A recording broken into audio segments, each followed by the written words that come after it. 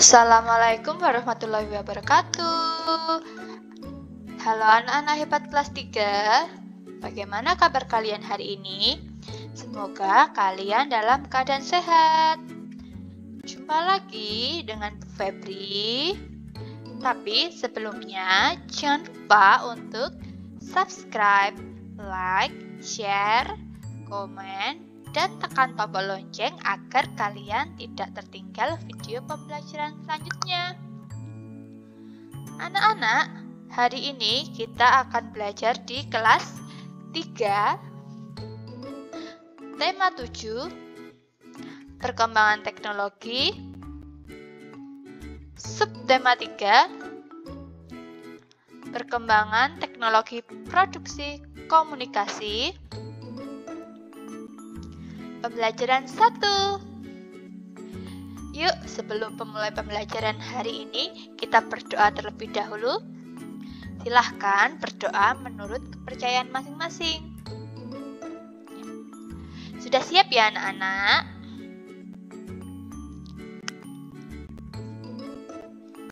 Hari ini kita belajar tentang yang pertama, menentukan kalimat utama. Yang kedua, menentukan gagasan pokok paragraf. Ketiga, membuat kalimat menggunakan kata-kata yang digarisbawahi pada suatu paragraf. Yang keempat, menghias kartu pos dengan motif dekoratif. Dan yang kelima, menentukan keliling bangun datar. Simak baik-baik ya. Anak-anak, manusia adalah makhluk sosial. Artinya, setiap orang memerlukan orang lain. Satu orang berhubungan dengan orang lain. Manusia melakukan komunikasi saat bersama-sama. Saat berkomunikasi, kita dapat menyampaikan apa yang diinginkan. Saat berkomunikasi, kita dapat menyampaikan apa yang kita pikirkan. Dahulu, ruang komunikasi manusia amat terbatas. Bersyukurlah, teknologi komunikasi makin berkembang. Kini kita dapat berkomunikasi dengan siapa saja dan di mana saja. Mari kita pelajari perkembangan teknologi komunikasi agar hidup makin berarti. Sore hari, Dayu dan Lani berkumpul di rumah Siti. Saat bermain di teras rumah, Pak Pos datang mengantarkan majalah dan surat untuk Siti. Seminggu yang lalu, Siti memesan majalah anak di sebuah toko dengan bantuan ibu. Ibu memesan menggunakan pesan singkat pada ponselnya. Saat ini, kita bisa membeli barang tanpa perlu berkunjung ke toko yang menjualnya. Siti mengajak Dayu dan Lani untuk membaca majalah tersebut bersama-sama. Salah satu wacananya tentang sejarah komunikasi. Siti, Dayu, dan Lani tertarik membaca sejarah komunikasi. Nah, sekarang kita baca teks berikut ini. Sejarah komunikasi. Komunikasi adalah cara penyampaian gagasan antar manusia. Pada awalnya, komunikasi dilakukan secara tatap muka dan pesan disampaikan secara lisan. Namun, kebutuhan untuk menyampaikan informasi secara tidak langsung juga sangat diperlukan, sehingga ilmu tentang komunikasi semakin berkembang. Ada bermacam-macam cara penyampaian pesan dari jauh. Suku Indian menggunakan asap sebagai tanda pesan. Di Indonesia dikenal adanya kentungan. Kentungan digunakan untuk penyampaian tanda bahaya bagi warga. Selain kentungan, gong dapat menjadi pilihan sebagai penyampaian pesan. Salah satu penyampaian pesan secara tertulis adalah melalui surat. Sebelum adanya kertas, surat ditulis di atas daun lontar. Pada saat mesin cetak telah diciptakan, alat komunikasi berkembang melalui surat kabar atau koran. Setelah surat kabar, media komunikasi seperti radio dan televisi mulai berkembang. Saat ini ada jaringan internet. Manusia dapat bertukar informasi melalui surat elektronik. Manusia dapat juga bertukar informasi melalui berbagai jejaring sosial. Jejaring sosial dapat menghubungkan ke belahan dunia manapun. Anak-anak, apakah kalian masih ingat tentang kalimat pokok dari setiap paragraf? Kalimat pokok adalah kalimat yang di dalamnya terdapat gagasan utama, gagasan pokok, ide pokok, pikiran pokok, ataupun ide utama pada suatu paragraf. Nah, coba ya sekarang kita tuliskan kalimat utama setiap paragraf di bawah ini. Ya, paragraf pertama yaitu dari kata komunikasi hingga berkembang. Yuk kita tentukan kalimat utama pada paragraf pertama berikut ini.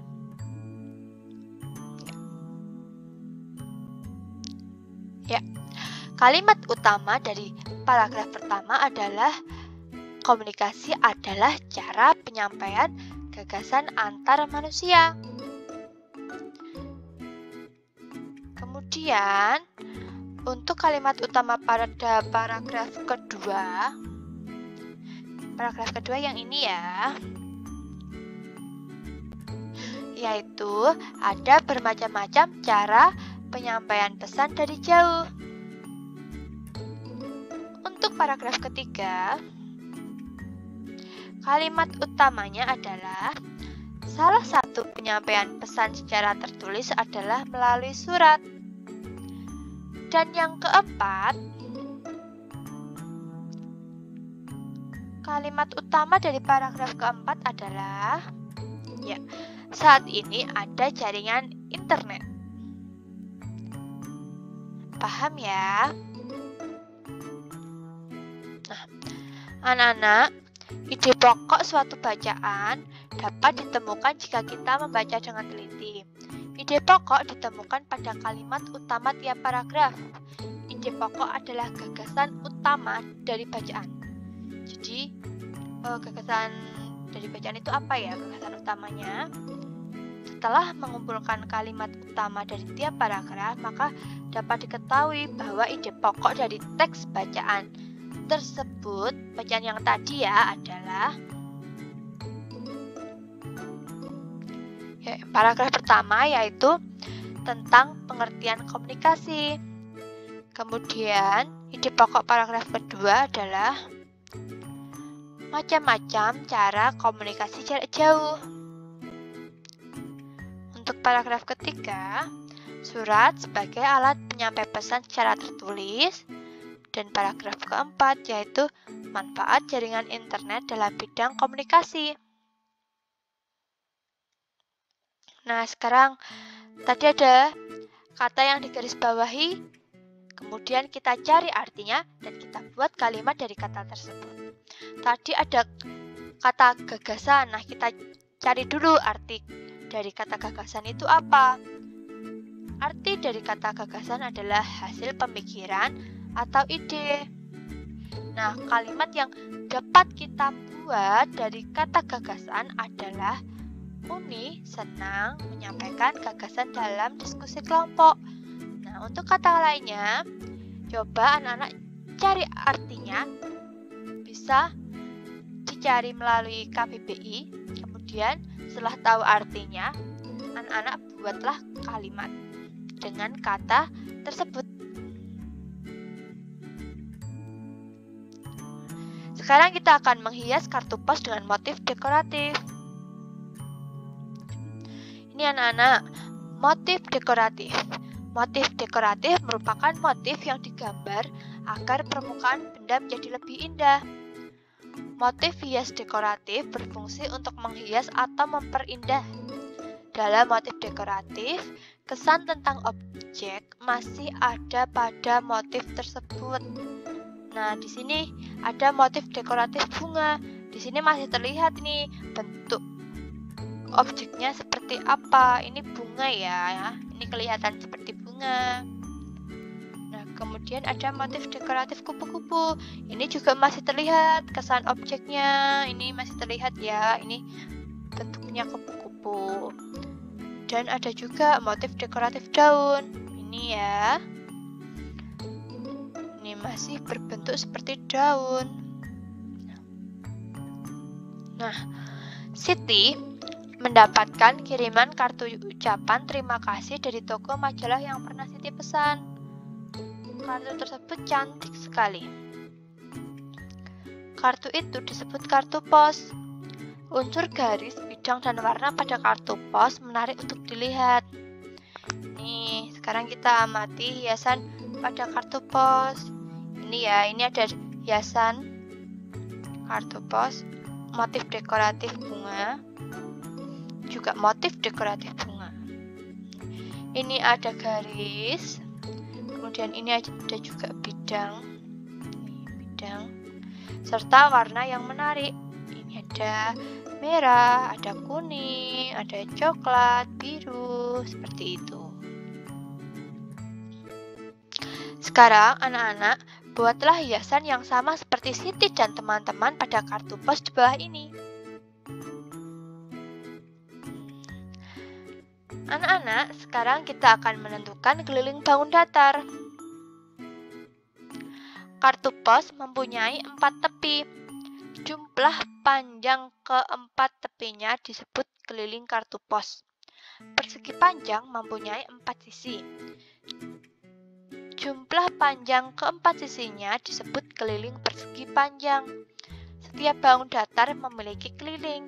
Kita dapat menemukan keliling dari setiap bangun datar dengan mudah.